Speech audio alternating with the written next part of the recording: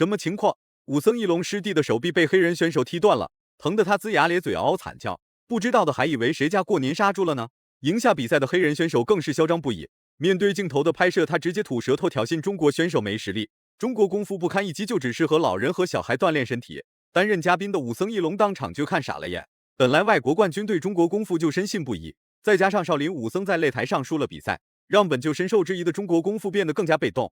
简单介绍一下踢断少林武僧手臂的黑人选手，他叫卡尔，来自瑞典。来华短短3个月时间便轻松踢断了6位中国选手手臂，其中就包括死神方便和白敬斌。可想而知，卡尔这家伙的腿法究竟有多么恐怖如斯。至此，卡尔被外国媒体誉为是手臂终结者。自从击败了少林武僧，他就变得特别的狂妄，看不起中国功夫，甚至还扬言要拳打武当脚踢少林。中国泰拳小子谭晓峰勇敢地站了出来，是要击败大高个卡尔，为前面失利的6位中国选手报仇雪恨。尽管谭晓峰在各个方面都不占据优势，但谭晓峰是泰拳出身，自身拥有很强壮的身体素质和较为高超的泰拳功底。话就不多说了，来让我们欣赏一下谭晓峰的精彩表现。这一次谭晓峰也是赌上了自己的职业生涯，本来他胳膊上就有伤，为了能为同胞们一雪前耻，谭晓峰也是豁出去了。谭晓峰真要是被卡尔踢断了胳膊，那么谭晓峰的职业生涯恐怕就要到此结束了。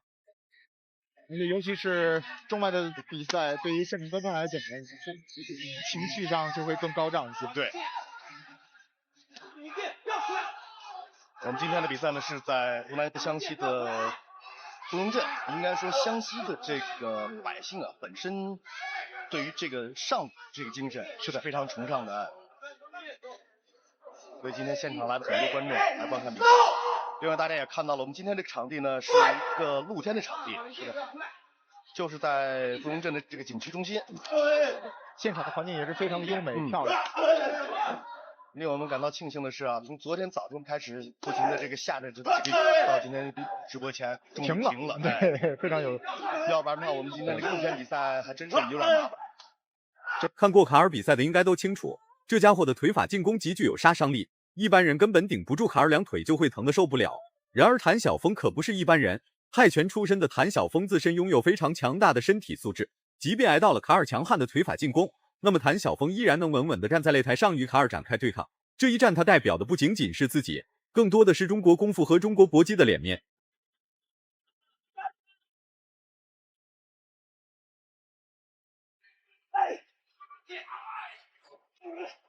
漂亮的中段扫踢。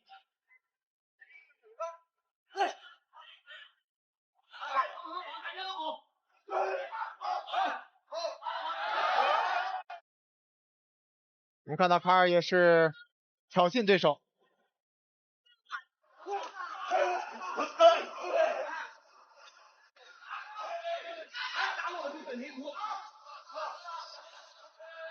这时候两个人的注意力也是非常的集中。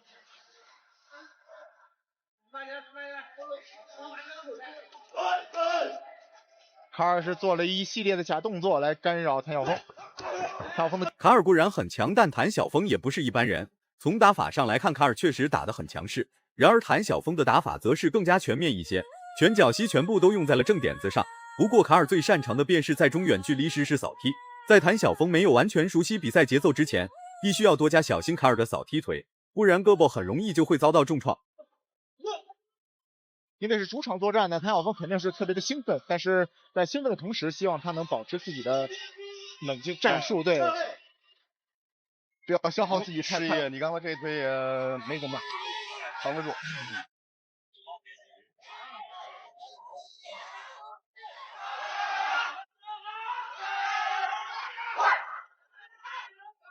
好，上来又是个高位的扫踢，漂亮的反击。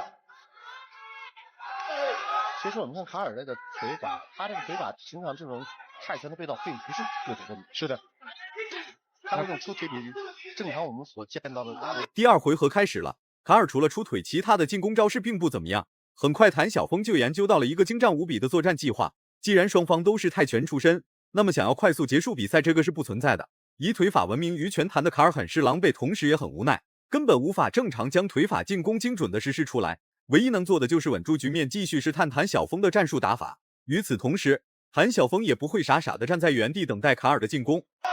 两个人互相都在找机会。低扫踢。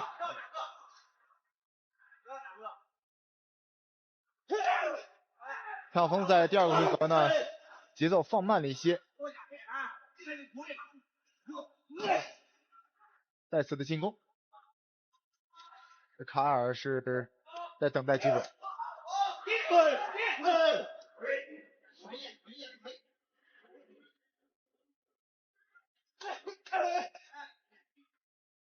谭晓峰的前手刺拳接低扫踢，这下也挺疼的。是的，马上揉了揉虎四头。卡尔的腿法进攻固然很厉害，那么谭晓峰的腿法进攻也不是瞎吹的，各种腿法进攻都能精准实施出来，并且每一次都能打在卡尔的身上。然而卡尔的扫踢腿就不一样了，无论是主动进攻还是防守反击，卡尔的腿法进攻都很难命中身法矫健的谭晓峰，这或许就是身高偏矮体型偏小的好处吧。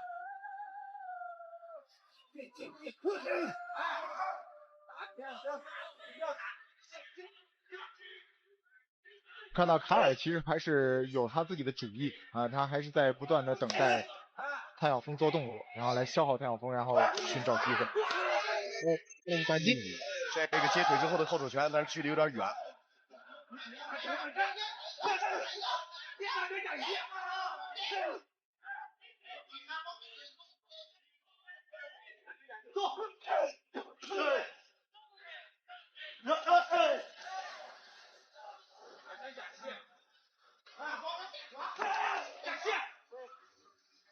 就是这种动作啊，做1次2次秀一下就行了，再做多了危险。卡尔从始至终就没瞧得起过谭晓峰，在赛前还大言不惭疯狂羞辱中国功夫，到了赛场上依然是死性不改，持续的挑衅并没有让谭晓峰丧失理智，而是变得更加冷静。只要不给卡尔实施腿法进攻的机会，那么谭晓峰获胜的几率还是很大的。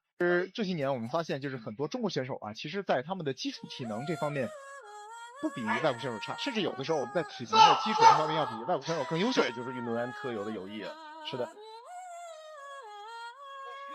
尽管在拳台之上，比赛一开始就得兵戎相见，但是很多选手在底下都是非常好的朋友。非常重的低扫踢。这是第3个回合决胜局。我们看到穿金色短裤的是中国选手谭晓峰，黑色短裤的是来自瑞典的卡尔。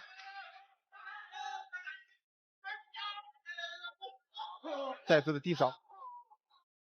第3回合开始了，卡尔已经丧失了腿法进攻的机会，要想把扫踢腿精准无误的打在谭晓峰的胳膊上，那么就必须要提前经过谭晓峰的同意，不然卡尔连实施腿法进攻的机会都没有。就算使出了1次腿法进攻，那也很难命中灵活度极高的谭晓峰。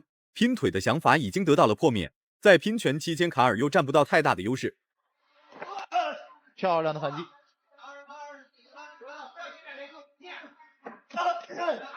卡尔组织进攻，但是被谭晓峰抓住了反击。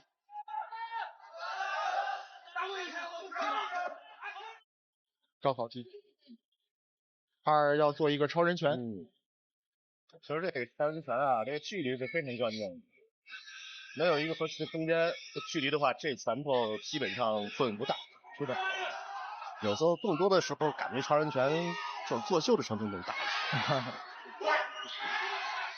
这文博也是运动员出身，也看很多年的搏击比赛，像对这类时间短并看不出来卡尔的劣势，时间一长，卡尔的劣势就会逐渐显现出来。毕竟此时的比赛节奏由谭晓峰一人所掌控。别看谭晓峰身高不高，体型不壮，其实他的扫踢腿一样拥有超级强大的威慑力，短时间内无法给卡尔造成致命伤害。时间长了，卡尔他自己就会感觉到身体上的不对劲。不吃掉了，不吃掉了。我们知道，就是选手在秀自己的技巧的时候啊，其实也是同样的面临着非常大的风险。对，所以说大多数选手不是在自己特别明显的优势情况下是不会去秀技巧的。刚才谭晓峰又是一个高位的侧踢，再次的低扫。我们看到卡尔每次的拳进攻怪，对，他每次进攻的时候，主要一个是他技术本身比较怪，再一个就是谭晓峰每次都能抓住阻截他。对把他一阻截，然后他的拳出不来。为什么能阻截住他？因为卡尔的出拳，特别是后手，基本上没有直的。是的，都是画了一个很诡异的弧线过去。那这样的话，你走一个弧线，肯定在时间上，卡尔的进攻力度可能会很强大，但精准度和数量并不达标。只要谭晓峰没有倒下，那么比赛胜利就会偏向于谭晓峰。毕竟谭晓峰一直都在全方位对卡尔实施进攻，就算进攻力度不是很大，那也能从中捞到很多点数优势。